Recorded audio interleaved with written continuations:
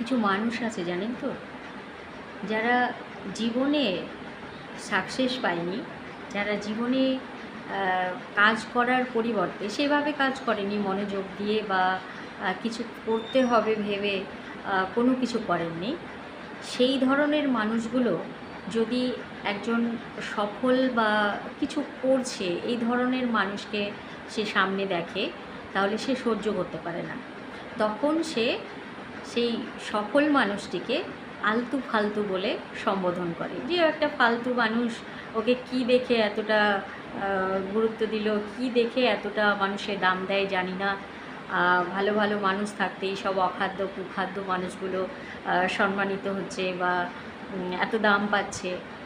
আসলে না, এদের সফলতা ওই সব মানুষগুলো কিছুতেই সহ্য করতে পারে না, মেনে নিতে পারে না, কারণ এরা জীবনে সফল হতে পারেনি।